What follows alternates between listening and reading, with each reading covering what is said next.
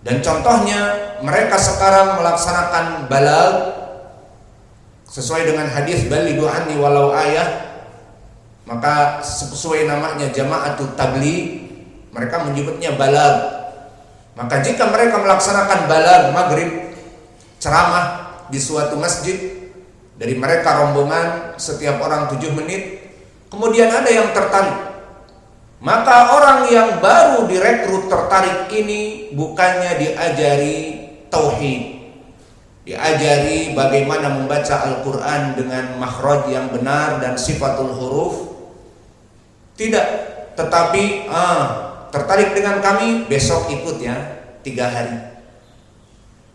Kemana? Dakwah, tabligh, balagh. Akhirnya mereka dibawa, direkrut, bukannya direkrut untuk menuntut ilmu, tetapi direkrut untuk berdakwah.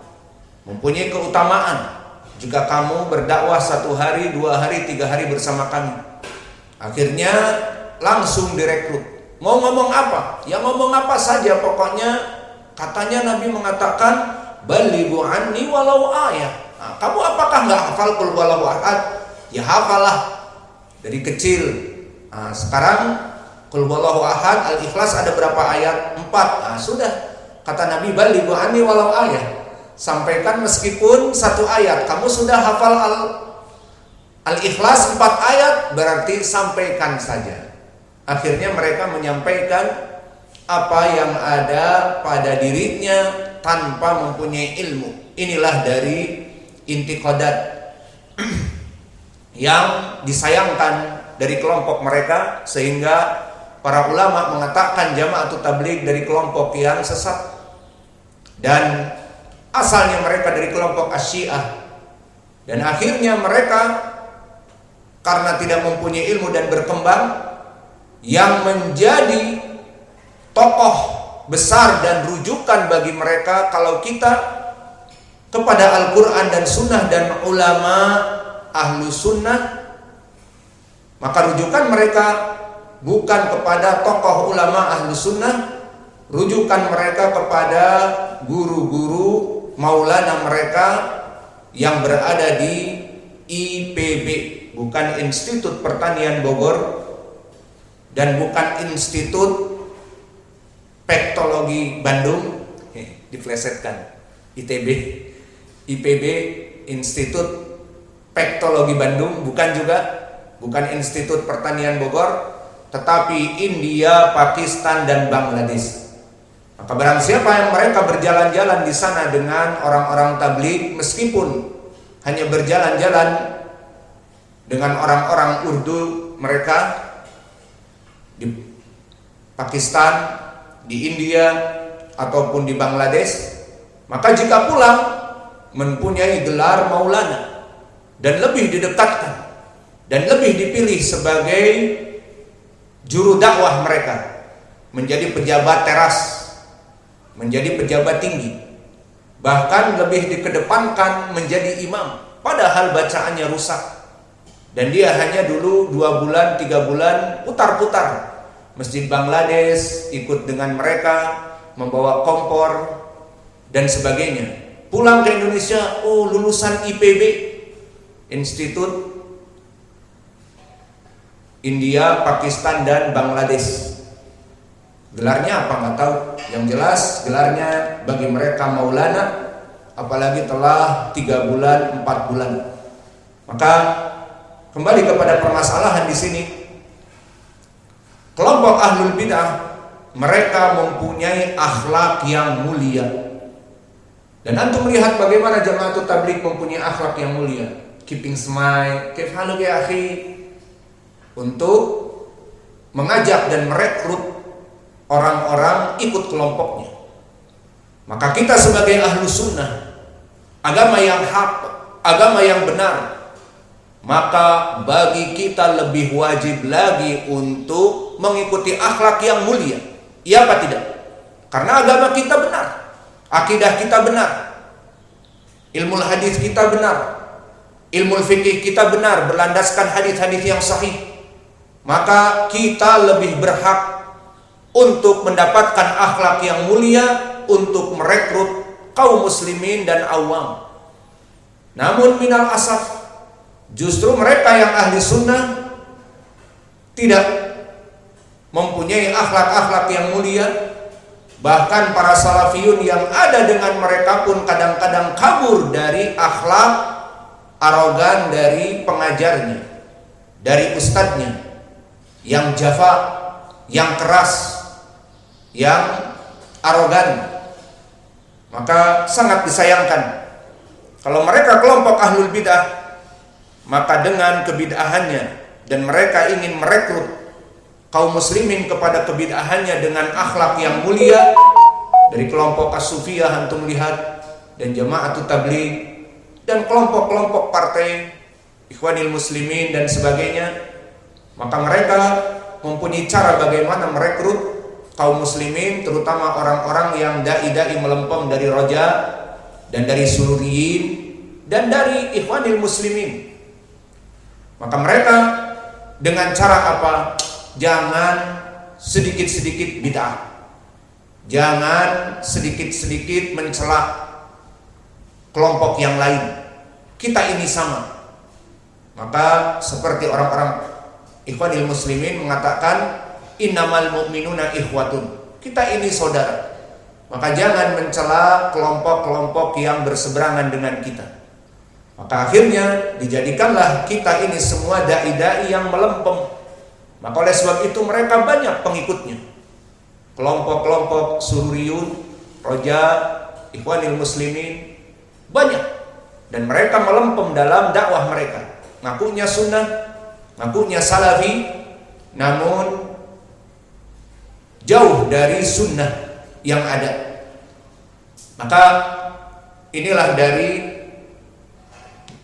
bagaimana mereka kelompok-kelompok yang bermasalah di dalam dakwah mereka sangat lembut, sehingga banyak orang-orang yang trapped, yang terjebak mengikuti mereka karena husnul khuluq, husnul sumt, karena akhlak yang mulia, keeping smile. Maka oleh sebab itu please, kalian kelak menjadi dai ilallah, kalian keeping smile kepada masyarakat, fafsus salam bainakum, berikan salam kepada mereka dan tersenyum, namun jangan terus tersenyum seperti joker. Senyum saja, karena memang di make up tersenyum. Dia marah pun akan tersenyum karena joker. Iya. Jadi please untuk berakhlak yang mulia, karena apa yang kita bawa adalah akidah yang benar dan ajaran yang benar. Maka inilah dari Ja'far ibn Sulaiman ad-Dubai, dia yang menyebabkan Abdul Razak mempunyai pemahaman Syiah, padahal Abdul Razak jauh ilmunya dibanding dia. Karena kata Abdul Razak, aku duduk dengannya dikarenakan aku tertarik bisumti khulqihi, bihusni sumtihi. Dia mempunyai akhlak yang mulia. Maka hati ini cenderung kepada orang-orang yang akhlaknya mulia. Maka ahli sunnah harus berakhlak mulia agar orang-orang awam mendekati kita. Dan perlu diketahui di sana musuh-musuh dakwah, mereka mengklaim kita dengan Wahabi, mereka mengklaim kita dengan tukang membid'ah-bid'ahkan. Akhirnya semua orang belum ketemu dengan kita sudah takut. Itu awas, di Darmasraya ada pondok namanya saja Mukbil bin Hadi, seorang muhadis yang keras. Nah, pondoknya namanya juga Mukbil bin Hadi, dan mudirnya juga murid Mukbil bin Hadi. Orang sudah takut duluan, terutama orang-orang Roja, Sururi dan sebagainya, Jamaah Tabligh. Maka kita di sini harus membuktikan bahwa kita mempunyai akhlak yang mulia, dan itulah yang diharapkan. Maka kesimpulannya, Abdul Razak bisa tertipu dikarenakan akhlak yang mulia. Maka kita sebagai ahli sunnah lebih wajib dalam dakwah kita mempunyai akhlak yang baik dan mulia, karena kita membawa akidah yang sahihah dan fikih yang sahih dan agama yang diridhoi oleh Allah. Meriwayatkan dari Thabit Al-Bunani, maka dia Thabit ibnu Aslam Al-Bunani, dan dia juga Al-Basri, Al-Bunani dari Basrah, dari Irak. Dan Thabit Al-Bunani imam muhaddis, terutama dia min asbatin nas dari Qatadah. Seperti berkata Abu Dawud As-Sijistani, asbatun nas fi Qatadah. Dan berkata Abu Hatim, asbatu ashabi Anas Az-Zuhri summa Qatadah summa Thabit.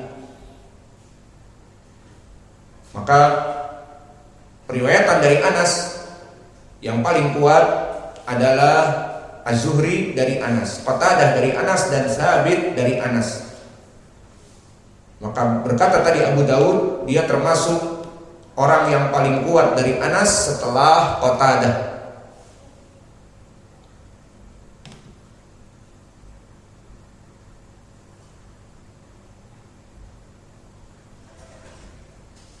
Dan dia adalah rawi yang hafalannya sangat kuat.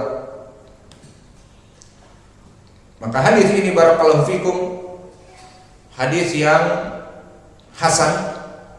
Kenapa hasan? Karena semua rijalnya thiqat. Abdul Razak imam, Thabit Al-Bunani imam, namun Ja'far ibn Sulaiman Ad-Dubai saduq hasanul hadis. Maka hadis ini kita hukumi hasan.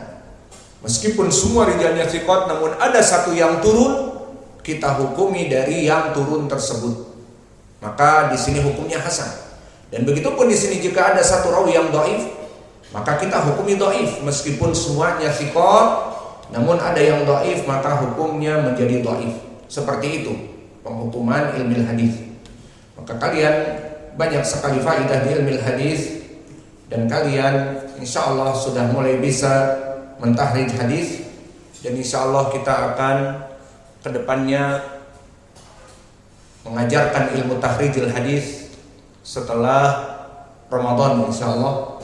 Karena kita di sini sekarang sempit waktu, banyak perkara yang harus kita sampaikan. Maka hadis yang kedua, sudah berapa menit? Sudah lama.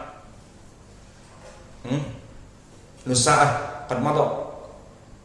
Ma tadri. Nastamir atau khalas? Khalas. Baik.